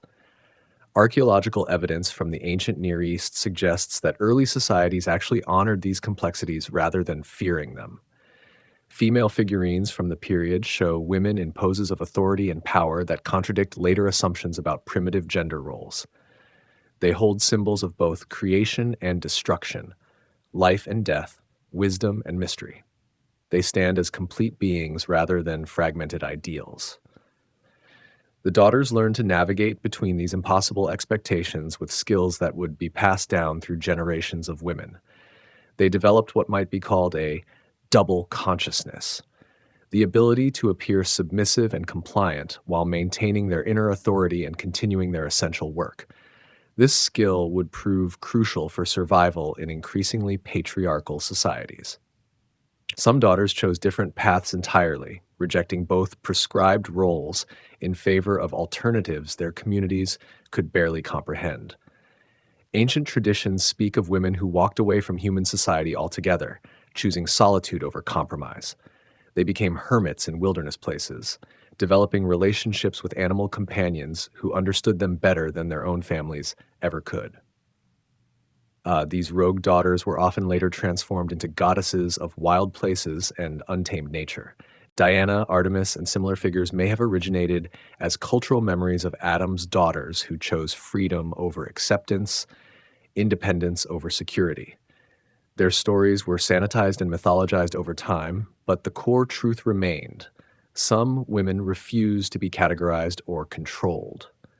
The binary persisted because it served the needs of societies that were learning to organize themselves hierarchically, with clear chains of command and defined roles for every individual. Complex personalities were harder to control than simplified archetypes that could be managed through social pressure and religious instruction. The daughters' true natures threatened this emerging order with their unpredictability and their connection to sources of authority beyond human institutions. Yet their influence continued to surface in unexpected ways throughout history. The witch traditions of medieval Europe carried echoes of their herbal knowledge and spiritual practices. The mystical practices of various religious traditions preserved fragments of their insights into the nature of reality. The daughters lived on in disguised forms that could not be entirely suppressed, no matter how thoroughly official culture tried to eliminate them. The ancient feminine divine. Before the worship of a single god claimed dominance over human consciousness and reorganized spiritual reality around masculine authority, the world thrummed with feminine divinity that flowed through every aspect of existence. The daughters of Adam and Eve grew in this transitional time when the goddess still walked among mortals, though her power was beginning to wane under pressure from new forms of religious organization. These early daughters carried within their memories the echo of divine femininity that had shaped the cosmos before patriarchal structures imposed their own vision of cosmic order. Their grandmother figures, the archetypal mothers of creation who existed before human genealogies began, still visited them in dreams and visions that bridged the gap between mortal and divine consciousness. The knowledge these encounters brought would later be forbidden and driven underground, but in those early days, it flowed freely between heaven and earth. The goddess appeared to the daughters in many forms, each manifestation teaching different aspects of divine feminine wisdom. Sometimes she came as the great mother who had birthed the stars themselves from her cosmic womb, nursing galaxies with milk that became the Milky Way. Other times she manifested as the wise crone who understood the deepest mysteries of life and death, carrying knowledge that predated the creation of mortal worlds. Most powerfully, she appeared as the eternal maiden who represented infinite potential and untamed creative force. This aspect of the goddess terrified later patriarchal religions because it could not be contained within marriage or motherhood. It represented feminine power that existed for its own sake rather than in service to masculine needs or divine masculine authority. Azura learned from the goddess how to read the sacred patterns written in natural phenomena like text, inscribed in a language older than words. Every cloud formation, every flight of birds, every arrangement of stones carried messages for those who possessed the eyes to see beyond surface appearances. This knowledge made her indispensable to the growing human community, though it also set her apart in ways that sometimes brought loneliness. Awan received different gifts from her divine encounters, wisdom more focused on healing and emotional restoration. The goddess taught her the sacred songs that could heal broken bones and mend shattered spirits, melodies that worked on frequencies deeper than sound. She learned which words, spoken in the proper sequence with the correct intention, could call rain during drought or stop bleeding that threatened to drain life away. The other unnamed daughters each received their own portion of ancient feminine wisdom, distributed according to their individual natures and the community's varied needs. One learned the art of prophecy, seeing the threads of possibility that stretched into the future like a vast web connecting all potential outcomes.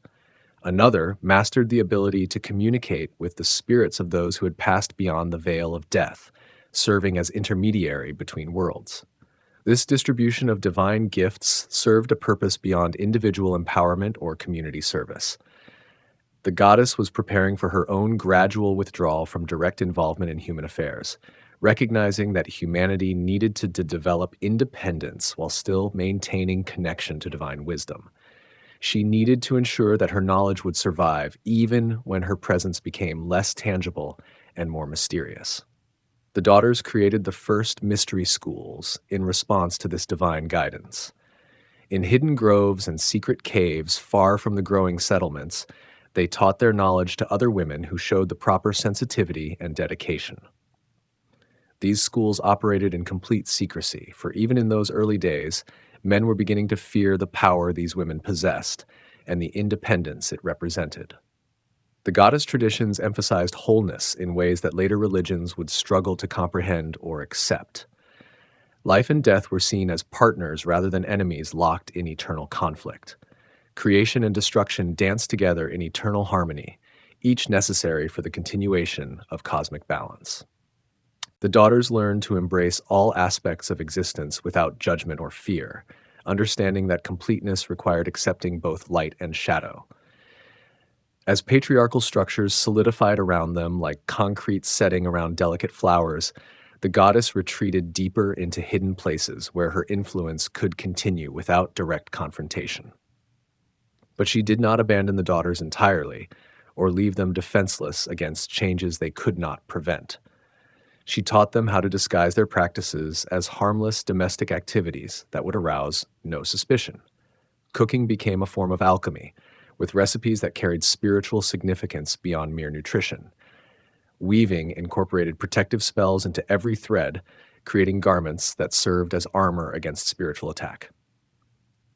Gardening became communion with earth spirits, a practice that maintained connection to divine feminine energy through the cultivation of plants that carried medicinal and magical properties.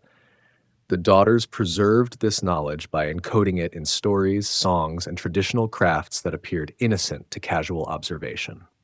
What seemed to be simple entertainment or household wisdom actually contained layers of spiritual instruction that could be decoded by those who possessed the proper understanding and initiation. The invisible lineage, through Seth to Noah. The genealogies that survive in written form tell only half the story of human development from the first family to the Great Flood. Between each named father and son, daughters were born who carried forward the essence of their lineage in ways that numbers and names could never capture or adequately represent. From Seth's line to Noah's family, these invisible women shaped history from the shadows while receiving no credit for their contributions. Seth's daughters inherited their grandfather Adam's gift for naming things, but their application of this ability took forms that differed dramatically from his approach.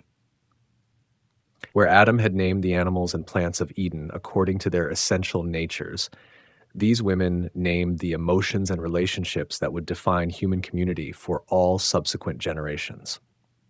They created the first words for love in its many forms, grief in its various stages, hope that persisted despite circumstances, and compassion that bridged differences between individuals.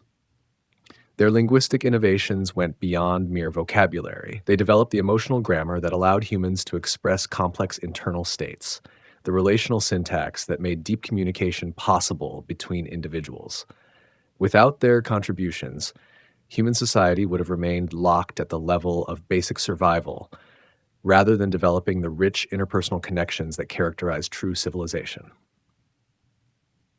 Enosh's daughters developed the earliest forms of worship that moved beyond simple gratitude toward sophisticated spiritual practice.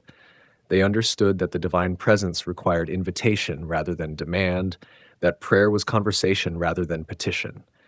Their rituals involved simple offerings, bread, wine, flowers arranged in patterns that opened doorways between worlds, but the intentions behind these acts were profound and carefully considered. These women created the first sacred calendars, marking days and seasons according to spiritual significance rather than mere practical need. They established holy times when the community would gather for renewal and reflection. Their innovations in spiritual practice would later influence every major religion, though their contributions would be attributed to male prophets and priests. Through the generations of Canaan, Mahalalel, and Jared, the daughters maintained their role as wisdom keepers and cultural preservers. They memorized the stories that explained how the world worked, maintaining oral libraries in their minds when writing had not yet been invented. They preserved the songs that carried the names of stars and the properties of healing plants, the genealogies that tracked both physical and spiritual inheritance. Their memory techniques were sophisticated beyond modern understanding. They could recall thousands of stories with perfect accuracy, adjusting their presentations to match their audiences without losing essential details. They understood that memory was not passive storage, but active creation, that each telling breathed new life into ancient truths. The daughters of Enoch faced unique challenges that set them apart from all other women in the lineage. Their father walked with divine beings and eventually disappeared from the earth entirely, translated to heavenly realms without experiencing death. These women inherited his mystical abilities, but had to learn to live with visions that sometimes overwhelmed their daily awareness and made normal life difficult to maintain. They developed sophisticated techniques for managing supernatural experiences without losing their sanity or their connection to earthly responsibilities. Meditation practices that grounded their consciousness in physical reality when visions threatened to carry them away. Breathing exercises that prevented them from being lost in visionary states for dangerous periods. These skills would later influence the contemplative traditions of many religions. Methuselah's daughters lived through more generations than any other women in human history, witnessing changes that would normally require many lifetimes to observe. They watched the world transform from a place where divine and mortal regularly interacted to one where such encounters became increasingly rare and suspect. Their extremely long lives made them repositories of knowledge that spanned centuries of human development. These ancient women served as bridges between different eras of human consciousness and social organization. They remembered the early days when communication with animals was common and natural. They lived to see the development of agriculture and the first permanent cities. Their perspectives encompassed changes that provided them with unique insights into the patterns of human progress and decline. Lamech's daughters faced the growing darkness that would soon necessitate the flood's cleansing judgment. They saw their world becoming increasingly violent and corrupt, watched as the gifts given to earlier generations were twisted into tools of oppression and destruction. Yet they continued their work of preservation, somehow knowing that renewal would come through catastrophe rather than gradual reform. The wives who entered Noah's ark carried within them the concentrated essence of all these forgotten lineages, the accumulated wisdom of centuries of invisible women. They were the culmination of generations of knowledge keeping, the final harvest of a tradition that had been growing since the first days after Eden: myth, memory, and erasure. The disappearance of the daughters from recorded history was not an accident of time or the random decay of ancient manuscripts crumbling in forgotten libraries. It represented a deliberate campaign of erasure that unfolded over centuries, driven by forces that understood the fundamental power of controlling narrative and determining which stories future generations would inherit. The earliest storytellers were often women who possessed natural gifts for memory and dramatic presentation. Mothers passed down tales to their children during long winter nights when darkness made other activities impossible. Grandmothers shared wisdom through stories that encoded practical knowledge within memorable adventures and compelling characters. These oral traditions preserved the daughters' names and deeds with remarkable accuracy across multiple generations. The women who served as story keepers developed sophisticated techniques for ensuring accurate transmission. They used rhythm and rhyme to make information easier to remember. They embedded important details within emotional scenes that would stick in listeners' minds. They created multiple versions of each story, allowing for cross-checking when memory faltered or details became confused. But as writing systems developed and literacy became associated with religious and political power, the control of recorded narrative shifted to male scribes who worked within institutions that had already decided which stories deserved preservation. These men operated according to priorities that differed dramatically from those of the oral tradition keepers. The scribes worked within religious and political systems that viewed the daughters' stories as potentially destabilizing to emerging social orders. These tales contained examples of feminine authority and independence that contradicted newer beliefs about natural hierarchy and divine command. They preserved knowledge of women's spiritual gifts that threatened the growing monopolization of religious authority by male priesthoods. The process of erasure was gradual and seemingly innocent, accomplished through thousands of small editorial decisions rather than dramatic acts of censorship. A scribe would choose to abbreviate a genealogy, mentioning only the male names for the sake of brevity and parchment conservation. A priest would focus his sermon on the lessons taught by named patriarchs while glossing over the women who had enabled their achievements and made their wisdom possible. Copy errors were allowed to stand uncorrected when they eliminated references to women's activities or achievements. Translations between languages provided opportunities to simplify complex passages by removing feminine elements that seemed less important to male translators. Library catalogs failed to cross-reference texts that contained women's stories, making them effectively invisible to future researchers.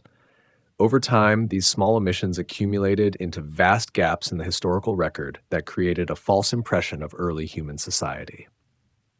What had once been a balanced narrative of human origins became a story told almost entirely from masculine perspectives. The daughters were edited out of existence through 1,000 tiny choices made by people who may not have consciously intended such comprehensive erasure. The erasure served specific purposes beyond mere gender prejudice or unconscious bias. The daughters' stories contain knowledge that threatened emerging power structures in concrete ways. They remembered when religious authority was shared between genders rather than monopolized by male hierarchies. They preserved traditions of feminine leadership that contradicted newer beliefs about divine command and natural order. Their tales also contained practical information that some groups wanted to monopolize for economic and political advantage. Healing knowledge, agricultural wisdom, and spiritual practices that had been freely shared were gradually restricted to particular castes or professional classes. Forgetting the daughters made it easier to claim exclusive ownership of their discoveries and innovations. The physical destruction of texts accelerated the process of erasure while providing cover for deliberate elimination of uncomfortable materials.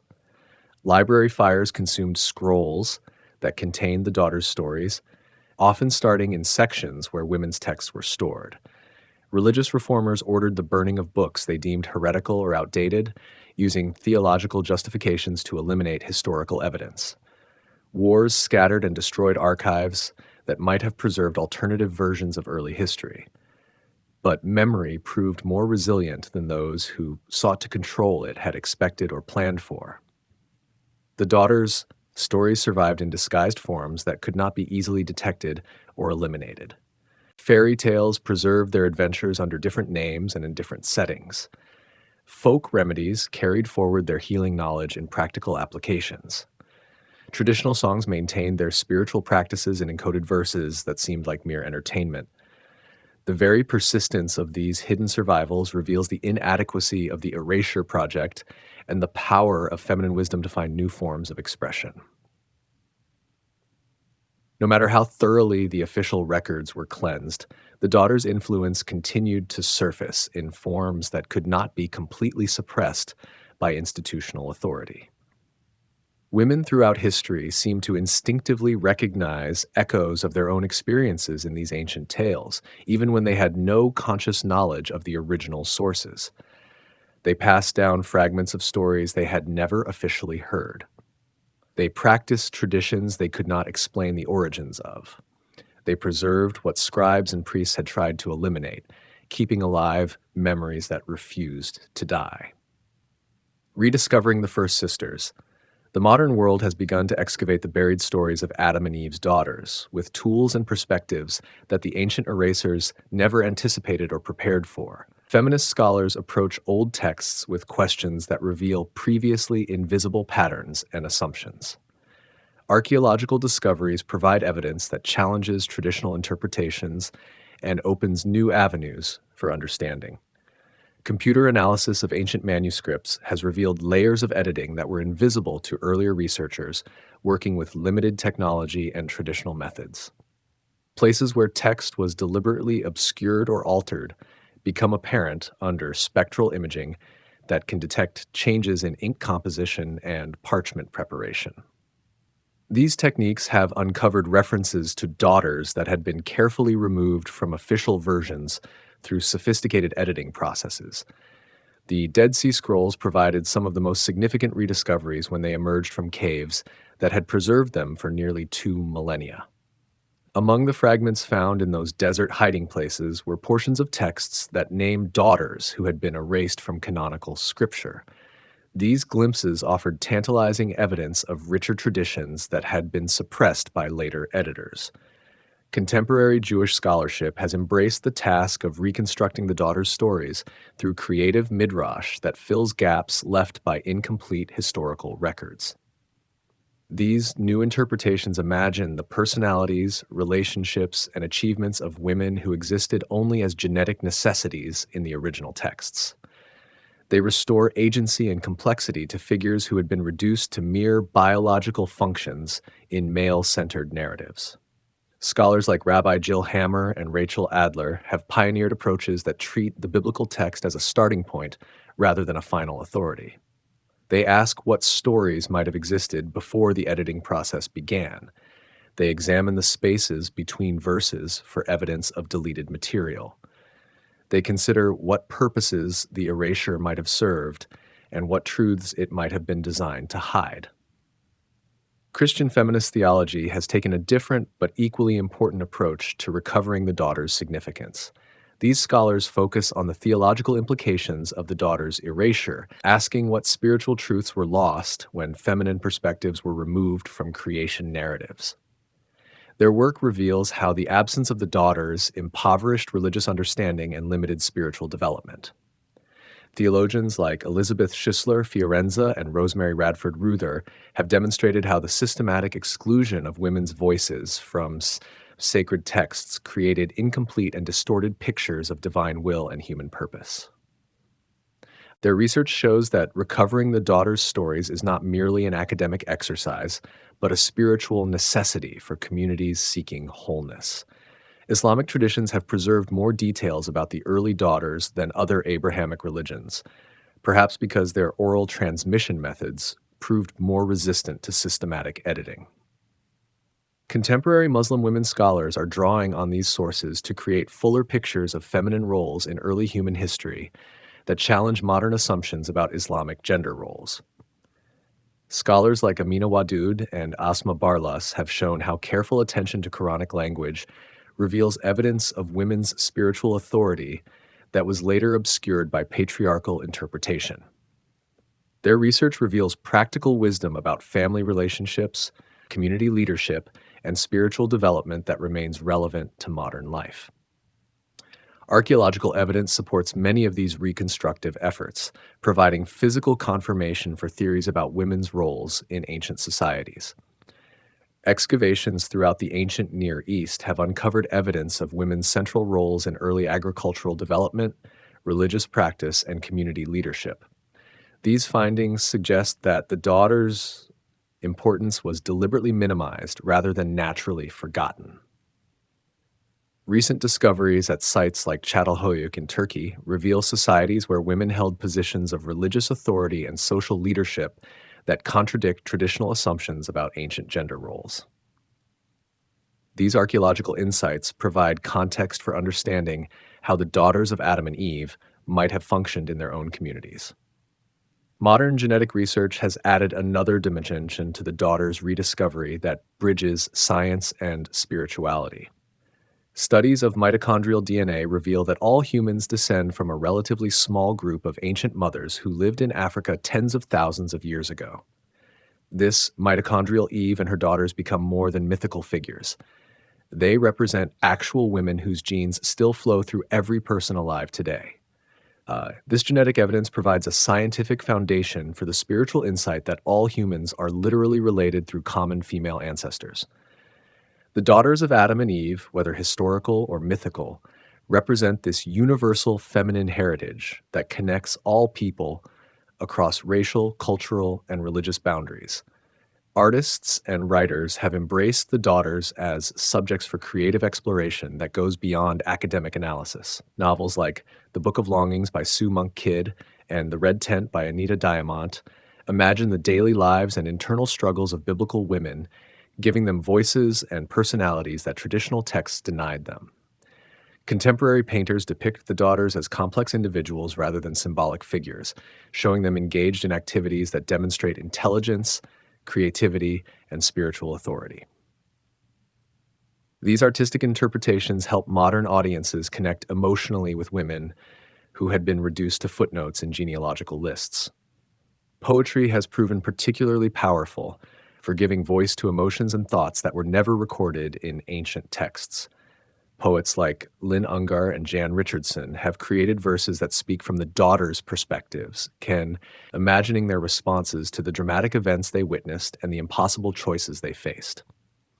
The digital age has democratized the process of rediscovery in ways that would have been impossible for individual scholars working in isolation. Online communities share research and theories about the daughters' stories, creating collaborative efforts that span continents and academic disciplines. Social media platforms allow for global conversations about feminist theology and ancient women's history. Wikipedia articles, academic databases, and specialized websites have made previously obscure research accessible to general audiences. This democratization has accelerated the pace of discovery and interpretation, creating a feedback loop where popular interest drives academic research and scholarly findings influence creative works. The rediscovery process faces resistance from traditional religious and academic establishments that have invested centuries in maintaining particular interpretations of ancient texts, but the momentum has become too strong to reverse. Each new discovery builds on previous work, creating an expanding foundation of knowledge about the daughter's roles and significance. Dust and names. In the end, all stories return to the earth that gave them birth, cycling through endless transformations that connect past to present to future. The daughters of Adam and Eve, whether named or nameless, remembered or forgotten, have become part of the dust from which new stories continue to emerge, like flowers pushing through cracks in concrete. Their physical forms dissolved long ago into component elements that now exist in every part of the natural world. The calcium from their bones strengthens the shells of creatures in distant oceans. The carbon from their flesh feeds trees and forests they never saw. The iron from their blood flows in the veins of people who have never heard their names but carry their essence nonetheless. Yet something more than mere chemical elements survived their physical dissolution. Their names may have been lost to wind and time, scattered like seeds on barren ground, but their essence persists in every woman who refuses to be silenced by authority that demands her submission. It lives in every mother who teaches her daughter to question the world around her with courage and intelligence. It thrives in every grandmother who passes down wisdom that was never written in any book, but proves more valuable than published knowledge. The dust that holds their remains has traveled the world through processes that mirror their spiritual influence. Carried by winds across continents, mixed with rain that waters distant fields, scattered through erosion that reshapes landscapes according to patterns older than human civilization. In a very real sense, the daughters have become part of everything that exists on Earth, integrated into the planetary system they helped to populate. This physical distribution mirrors their spiritual influence in ways that suggest deeper truths about consciousness and connection. Fragments of their wisdom appear in traditions that never heard their names spoken aloud. Their courage echoes in the actions of women who never learned their stories but somehow inherited their determination. Their love for truth surfaces in unexpected places where lies have held dominance for centuries. Standing at the edge of our modern understanding, looking back across millennia of human development, we can see how the pattern of erasure continues to operate in contemporary societies. Women's contributions to science, art, and social progress still face systematic minimization by institutions that prefer to credit male leaders. The daughters' experience remains tragically relevant because the forces that erased them have evolved but not disappeared. Yet something fundamental has shifted in humanity's capacity to preserve and honor diverse voices and perspectives. The tools now exist to preserve and transmit stories that would have been lost in earlier eras. Digital archives resist the kinds of selective destruction that claimed ancient manuscripts. Global communication networks prevent the isolation that once made erasure possible and relatively easy to accomplish. The daughters taught us through their absence that names are not required for existence to have meaning or influence. Their anonymous impact shaped civilization as powerfully as any named patriarch whose deeds were carved in stone monuments. They proved that being forgotten by official history does not diminish the reality of a life well lived or the value of contributions made with love rather than ambition for recognition. In quiet moments, when wind moves through dry places, where dust swirls in patterns that seem almost intentional, some say you can still hear whispers of their voices, not speaking their own names. Those are gone beyond recovery, lost in the silence between heartbeats. Instead, they call the names of their daughters and their daughters' daughters and all the women who followed after them in unbroken succession. The greatest monument to the daughters of Adam and Eve is not carved in stone or written in books that gather dust in forgotten libraries.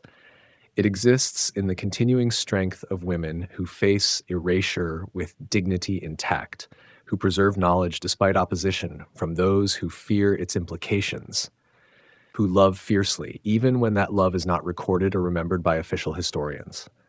Their story ends where it began, in the space between breath and silence, between memory and forgetting, between the dust of the earth and the vastness of sky that holds infinite possibilities.